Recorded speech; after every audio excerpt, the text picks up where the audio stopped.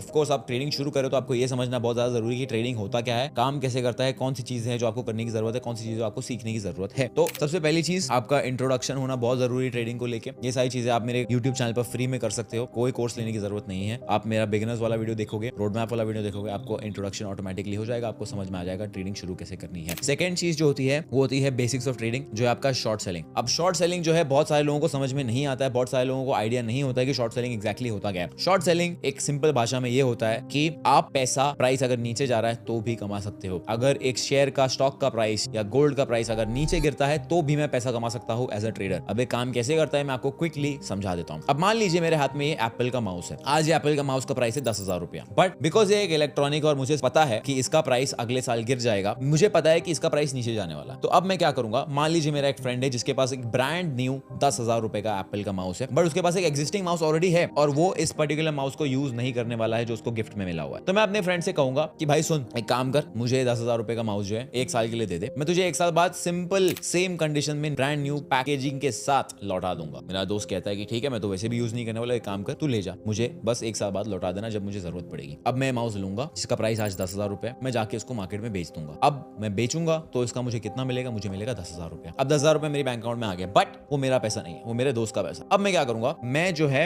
1 साल का वेट करूंगा। अब प्राइस नीचे जाने वाला है। अब मान लीजिए माउस मुझे मिलता है 8,000 रुपए में, या फिर मान लो अमेजोन पे 3 महीने के अंदर अमेजोन के ऊपर कुछ सेल लग जाती है जिसकी वजह से मुझे 20% ऑफ में मिल जाता है, मुझे 2,000 का डिस्काउंट मिल जाता है। अब मैं क्या करूंगा, मेरे पास जो 10,000 थे उससे मैं 8,000 रुपए का माउस खरीद लूंगा, same mouse brand new packed. अब क्या हुआ यहाँ पे, अब मैंने सेम माउस जो अपने फ्रेंड से लिया था ब्रांड न्यू पैकेज, वो मुझे सेम वापस मिल चुका है, बट मैंने 10,000 में बेचा था और 8,000 में वापस खरीद लिया। 2,000 रुपए जो है वो मेरा प्योर प्रॉफिट हो गया। यहाँ पे मैंने पैसा कमाया, यहाँ में मैंने प्रॉफिट कमाया। कैसे, प्राइस नीचे गया तब मैंने प्रॉफिट कमाया। अब इस सिनेरियो में अगर प्राइस माउस का ऊपर चला जाता, एप्पल ने कुछ मान लो चेंजेस लेके आ गए, या फिर सेम माउस जो है उसका प्राइस अगर 12,000 हो जाता, तो मुझे 2,000 अपनी जेब से पे करके मेरे फ्रेंड को लौटाना पड़ता। इसे कहते हैं शॉर्ट सेलिंग, जो मार्केट के अंदर हो सकता है। गोल्ड को सेम तरीके से आप शॉर्ट कर सकते हो, प्राइस नीचे जाएगा तो आप पैसा कमाओगे, प्राइस ऊपर चले गया तो ऑफ कोर्स वो आपका लॉस होगा। तो ये समझना बहुत इंपॉर्टेंट है, स्पेशली फॉर पीपल जिनको ट्रेडिंग बिल्कुल नहीं आती है, एंड आई होप अब आपको समझ में आ गया है। उसके बाद आपको समझना जरूरी है ब्रोकर्स और टाइप्स ऑफ ऑर्डर्स। अब ब्रोकर जो है, broker is basically a middle man जो आपके ट्रेडिंग ऑर्डर्स को प्लेस करता है। ट्रेडिंग प्लेटफॉर्म हो गया, ब्रोकर हो गया, जैसे कि Exness is a forex broker, उसको भी आप यूज कर सकते हो। अब एक ब्रोकर के अंदर टाइप्स ऑफ ऑर्डर्स जो है वो कैसे ऑर्डर्स होते हैं, बाय स्टॉप होता है, बाय लिमिट ऑर्डर होता है, जितने भी टाइप्स ऑफ ऑर्डर हैं इनके बारे में आपको जानना बहुत ज्यादा जरूरी है। बिकॉज जब लोग ट्रेडिंग शुरू करते हैं उन्हें पता ही नहीं होता है, उन्हें बहुत कंफ्यूजन हो जाता है प्राइस में चार्ट खोल के कि चाहिए मार्केट ऑर्डर क्या होता है, लिमिट ऑर्डर क्या होता है, ये सारी चीजें आपको जानना बहुत जरूरी है। उसके बाद आते हैं कैंडल स्टिक्स के ऊपर। अब कैंडल स्टिक्स और चार्ट पैटर्न जो है, मैं पर्सनली बिलीव करता हूं कि सिर्फ और सिर्फ कैंडल स्टिक और चार्ट पैटर्न सीख के कोई भी प्रॉफिटेबल ट्रेडर नहीं बन सकता है। अगर आपको ट्रेडिंग सीखनी है, बिल्कुल कैंडल स्टिक्स के बारे में आपको आना चाहिए, कैंडल स्टिक्स को रीड कैसे करते हैं वो आपको आना चाहिए। बट जब आप शुरू कर रहे हो तो ये गलती बिल्कुल मत करना कि आप बैठ के कैंडल स्टिक्स को मेमोराइज कर रहे हो, पैटर्न्स को मेमोराइज करो। मैंने जब ट्रेडिंग शुरू की थी पहले साल में, मैंने टाइम वेस्ट किया था नोट्स ले लेके कि ओके ये कैंडल स्टिक पैटर्न है, ये चार्ट पैटर्न है, जब ये होगा तो मैं ट्रेड लूंगा, जब ये होगा तो मैं ट्रेड नहीं लूंगा। And trust me, it is all a waste of time. So candle सीख लो, यस, चार्ट पैटर्न सीख लो, yes, but trust me that is not all about trading. अभी बहुत सादा है आगे। अगर सिर्फ कैंडल स्टिक और चार्ट पैटर्न सीख के कोई प्रॉफिटेबल बन जाता तो ये इतना बड़ा रोड मैप मैं नहीं बना रहा होता आज। So yes, it's good but it's not the most important thing. उसके बाद आपको सीखना है सपोर्ट और रेजिस्टेंस। उसके बाद आपको सीखना है स्ट्रेंथ एंड मोमेंटम। अब स्ट्रेंथ एंड मोमेंटम के ऊपर मैंने 2 साल पहले बहुत इंपॉर्टेंट वीडियो बनाया था जिसको मैंने